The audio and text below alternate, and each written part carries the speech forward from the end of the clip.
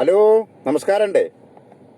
നമ്മുടെ reporter channel, അതായത് കാലാകാലങ്ങളായി സംഘി സഖാക്കൾക്കും ഇരുന്ന് കുഴലോതുന്ന റിപ്പോർട്ടർ ചാനൽ കഴിഞ്ഞ ദിവസം നടന്ന ചർച്ചയിൽ ആൻഡോ അഗസ്റ്റിൻ എന്ന് പറയുന്ന മരമുറിക്കാരൻ, മരം കൊള്ളക്കാരൻ രാഷ്ട്രീയം എന്താണെന്നോ രാഷ്ട്രീയ നിലപാടെന്താണെന്നോ ഒരു വാക്ക് പോലും അറിയാത്ത, അതല്ലെങ്കിൽ ഒരു നിലപാട് പോലും ഇല്ലാത്ത, പട്ട കായ് കൊണ്ട്, മരം മുറിച്ച് വിറ്റ കായ് കൊണ്ട് കോടിക്കണക്കിന് രൂപ ചെലവാക്കി ഒരു ചാനലുണ്ട്. ആ ചാനലിൻ്റെ തലപ്പത്ത് ഇരിക്കുന്നുണ്ട് എന്നുള്ളത് കൊണ്ട് എന്ത് ആഭാസത്തരവും എന്ത് തോന്നിയാസവും വിളിച്ചു പറയുന്ന ഘട്ടത്തിലേക്ക് മാധ്യമ പ്രവർത്തനം അധപ്പതിച്ചതിൻ്റെ ഏറ്റവും വലിയ ഉദാഹരണമാണ് റിപ്പോർട്ടർ ചാനലും അതിൻ്റെ MD ആൻഡോ അഗസ്റ്റിനും.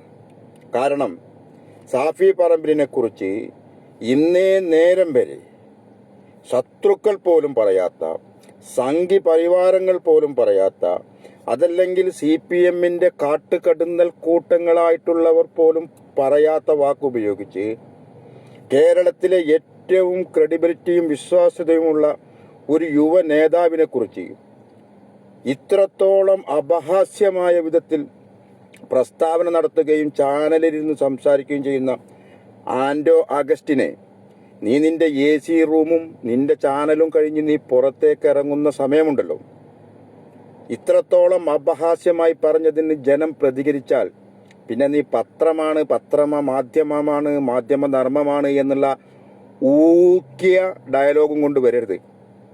കാരണം സാഫി പറമ്പിൽ കേരള നിയമസഭയിലേക്ക് 3 വട്ടം തിരഞ്ഞെടുക്കപ്പെട്ടുള്ളത് പാലക്കാട് എന്ന് പറയുന്ന നിയോജക മണ്ഡലത്തിൽ നിന്നാണ്. പാലക്കാട് നിയോജക മണ്ഡലം മുസ്ലിം ഭൂരിപക്ഷമുള്ള സ്ഥലമോ മുസ്ലിം ഏരിയയോ അല്ല. അവിടെ അയാൾക്ക് ജാതി മത വർഗ വർണ്ണ ഭേദമന്യെയാണ് വോട്ട് ലഭിച്ചിട്ടുള്ളത്. പിന്നീട് അയാൾ മത്സരിച്ചത് വടകരയിലാണ്. വടകരയിൽ അയാൾ 1 ലക്ഷത്തിന് മുകളിൽ വോട്ടിന് ജയിച്ചത് മുസ്ലിം വോട്ട് കിട്ടിയിട്ടല്ല. സാഫി വരുന്നിടത്ത് മുസ്ലിം ഏകീകരണവും മറ്റുള്ളവർ വരുന്നിടത്ത് ഹിന്ദു ഏകീകരണവും ആണ് എന്ന് പറയുന്ന നിന്റെ മനസ്സിലെ വർഗീയതയുണ്ടല്ലോ, നിന്റെ മനസ്സിലുള്ള ആ കുനിട്ടുണ്ടല്ലോ, അതല്ലെങ്കിൽ സംഘി സഖാക്കൾക്ക് കുഴലോതുന്ന ആ സ്വഭാവമുണ്ടല്ലോ, അത് നീ മാറ്റിവെച്ച് 4 മടക്കി പോക്കറ്റിൽ വെക്കുന്നതാണ് നല്ലത്.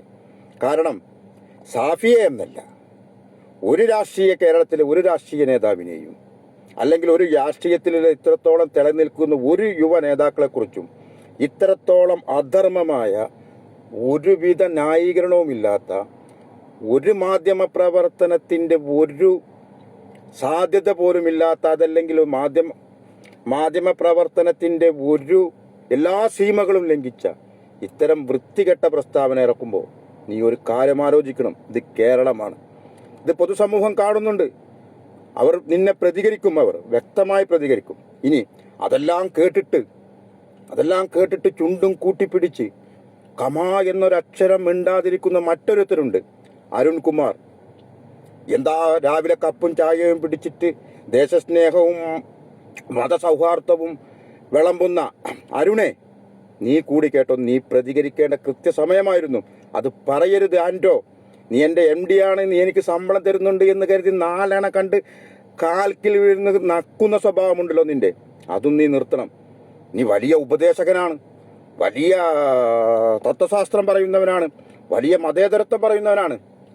നിന്റെ മുന്നിലിരുന്ന് നിന്റെ MD എന്ന് പറയുന്ന ആ തെണ്ടി ഇത്രത്തോളം വർഗീയ വിഷം കേരളത്തിൻ്റെ പൊതുസമൂഹത്തിലേക്ക് തുപ്പുമ്പോൾ, അതും വർഗീയതയുടെ ഒരു കണിക പോലും ശരീരത്തിൽ നിന്ന് ഇന്നേ നേരം വരെ എടുക്കാനോ, അതല്ലെങ്കിൽ വർഗീയതയുടെ ഒരു വാക്ക് ഇന്നേ നേരം വരെ പൊതുസമൂഹത്തിൽ പറയാത്ത ഷാഫി പറമ്പിലിനെ പോലുള്ള ആളെക്കുറിച്ച് ഇത്തരം നിന്റെ കോന്തനായ MD വിളിച്ചു പറയുമ്പോൾ പ്രതികരിക്കാൻ കഴിയാതെ നീ നാളെ ചായയുടെ കപ്പും പിടിച്ച് ഗുഡ് മോർണിംഗ് എന്ന് പറഞ്ഞിട്ട് സാരോപദേശവുമായി വരും. കരുതിയിരുന്നോ? ഇതിനുള്ള ഒരു പ്രതികരണം നിങ്ങൾക്ക് ഉണ്ടാവും എന്നുള്ള കാര്യത്തിൽ ഒരു സംശയവുമില്ല. മരം മുറിച്ച് വിറ്റ കായ് കൊണ്ടൊരു ചാനലും വാങ്ങി എല്ലാ തമ്മാടിത്തരവും ഏതു സമയവും വിളിച്ചു പറയാമെന്നുള്ള ധാരണയും വേണ്ട നിങ്ങൾക്കാർക്കും. അത് ഏത് മാധ്യമമായാലും ശരി. രാഷ്ട്രീയം പറഞ്ഞോളൂ, എതിർപക്ഷത്ത് നിന്നോളൂ, UDF-നെ തോൽപ്പിക്കാൻ നോക്കിക്കോളൂ, UDF-നെ തകർക്കാൻ നോക്കിക്കോളൂ, അതിനെ രാഷ്ട്രീയമായി നേരിടാൻ കഴിയും. പക്ഷെ നിങ്ങളുടെ ഈ മലീനസമായ വർഗീയതയുണ്ടല്ലോ, ഷാഫി വരുന്നിടത്ത് മുസ്ലിം ഏകീകരണം, മറ്റുള്ളവർ വരുന്നിടത്ത് ഹിന്ദു ഏകീകരണം, വേറെ ചില സ്ഥലത്ത് ക്രിസ്ത്യൻ ഏകീകരണം എന്നുള്ള നിങ്ങളുടെ ഈ വൃത്തികെട്ട ഈ നിലപാടുണ്ടല്ലോ, അത് നിങ്ങൾ മടക്കി വെച്ച് പോക്കറ്റിൽ വെച്ചോളാം. നിങ്ങൾക്ക് UDF-നെ തോൽപ്പിക്കാം, UDF-നെതിരെ പറയാം, അതൊക്കെ നിങ്ങളുടെ രാഷ്ട്രീയം. ആ രാഷ്ട്രീയത്തെ രാഷ്ട്രീയമായി കാണാൻ ഞങ്ങൾക്കറിയാം. ഓരോ UDF പ്രവർത്തകർക്കും നേതാക്കന്മാർക്കും രാഷ്ട്രീയത്തെ രാഷ്ട്രീയമായി കാണാൻ അറിയാം. പക്ഷെ നിങ്ങളുടെ ഈ വർഗീയതയുണ്ടല്ലോ, നിങ്ങളുടെ ഈ കോമരം തുള്ളുന്ന വർഗീയത, അത് മടക്കി വെച്ചോളണം. കാരണം എന്താണെന്നറിയോ? നിങ്ങൾ പറഞ്ഞ അതേ വാക്ക്, ഇത് കേരളമാണ്. ഓർമ്മയുണ്ടായിക്കോട്ടെ. ഒരു ചാനലും ഒരു മൊട്ടയും ഒരു MD-യും ഉണ്ട് എന്ന് കരുതി ഏത് തോന്നിയാസവും ഏത് സമയത്തും വിളിച്ചു പറയാമെന്നുള്ള ധാർഷ്ട്യത്തിന് കേരള സമൂഹം അന്ത്യം കാണിക്കും. ഒരു സംശയവും വേണ്ട.